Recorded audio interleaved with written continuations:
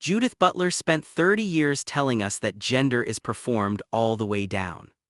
There is no backstage self, no prior nature, just an endless loop of repeated gestures producing the illusion of an inner identity.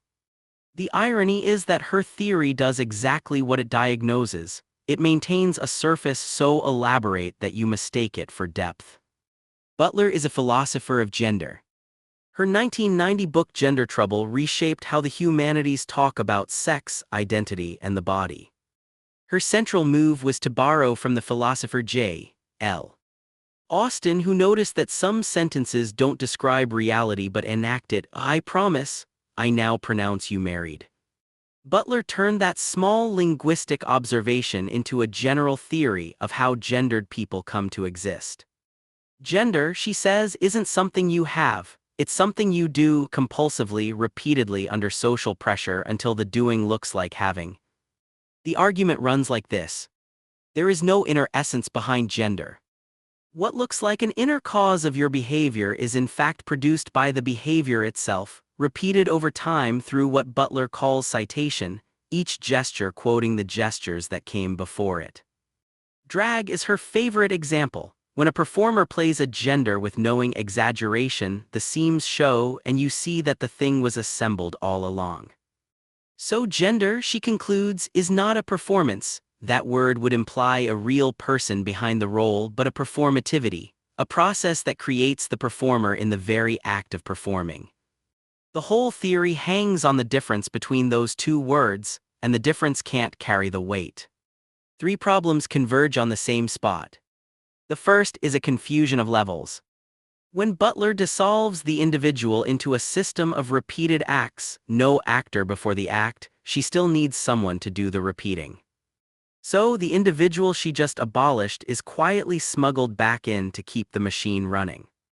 The ontology, her account of what gender fundamentally is, eats its own subject and then reintroduces it through the back door.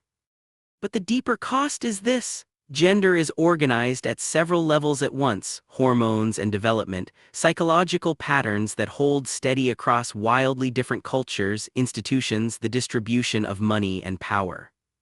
Butler flattens all of it onto a single level, the linguistic and social, and then treats that one level as enough to explain the rest. That isn't complexity. It's the replacement of a many-layered phenomenon with one preferred layer, dressed up as complexity. The second problem is that her metaphors do the work her arguments don't. Take performance. The word smuggles in a theater, a performer separate from the role, a stage, a backstage. Butler insists she means none of that. Yet her star example, drag, works for precisely the opposite reason. The queen offstage is not in drag. Everyone knows there's a backstage self. The image gets its power from exactly the gap the theory was meant to abolish. And once you remove the theater, all that's left is the modest, familiar point that gender can be made to look constructed.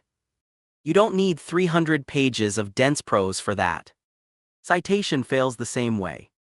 To say that a way of walking cites earlier norms implies intention, reference, a real pointing relation, the way a lawyer knowingly cites a precedent. But a raised shoulder doesn't knowingly cite anything. The word makes it sound as if there's a mechanism, a transmission line, when in fact, citation is covering for the absence of one. It gives you the sensation of an explanation without the explanation. The third problem is the most serious, and it concerns method. The claim that gender is real only insofar as it's performed sounds like a testable hypothesis. It isn't. Developmental biology has spent decades patiently, unglamorously, showing how sex-linked traits emerge from the interaction of genes, hormones, and environment, across timescales from the womb to a lifetime of socialization. Some outcomes are highly flexible, others much less so. Butler's framework can't engage any of this because it has already decided in advance that biology is a surface, a fiction, an effect of power. The biological is filed under performed before a single piece of evidence is consulted. That's not a position about biology. It's immunity to biology. And the same immunity runs through her sociology, which is where the real damage is done. Her core claim is that a heterosexual norm produces normal subjects by casting out the queer. She calls this abjection the violent expulsion of whatever doesn't fit. There's a genuine social insight buried in it. But she states it not as a hypothesis you could test against actual institutions, but as a master key that unlocks everything in advance. Every social arrangement gets read as an expression of that one founding exclusion. Anything that seems to contradict it is read as the exclusion hiding more cleverly. A theory that finds confirmation everywhere and refutation nowhere hasn't explained society, it has sealed itself off from it. And this has a practical cost that's easy to miss. If you misjudge the level at which something operates, you'll intervene at the wrong one.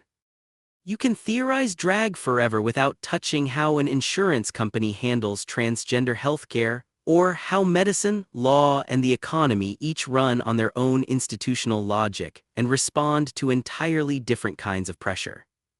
The confusion of levels isn't just untidy philosophy.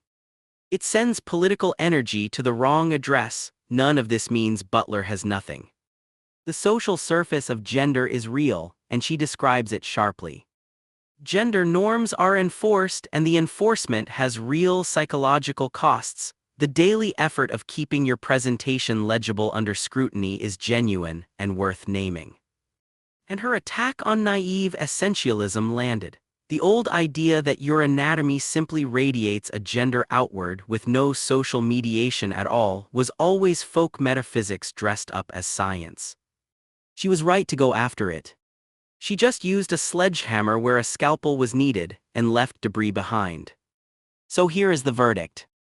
What Butler built is a brilliant grammar for redescribing gender, supple, consistent, endlessly generative of readings, and sealed against the patient inquiry that might actually explain how gendered people come to exist. Performed gender is a useful metaphor. It loosens the grip of essentialism, it highlights coercion, it opens room to think about resistance. But the moment you promote that metaphor to an ontology, the moment performance goes all the way down, you haven't explained gender. You've redescribed it in terms that protect it from explanation. The celebrated move from performance to performativity turns out to be the crowning of one level of description as the whole of reality, carried out in language that performs the work of an argument without ever being one. That's a literary achievement. It isn't a theoretical one. And the dress, however well cut, doesn't change what's underneath. If you actually want to understand how gender works across bodies, across development, across institutions, there's a literature for that, and it's far less elegant and far more informative. Start there. With Butler, the elegance, as it turns out, is load-bearing in the wrong way.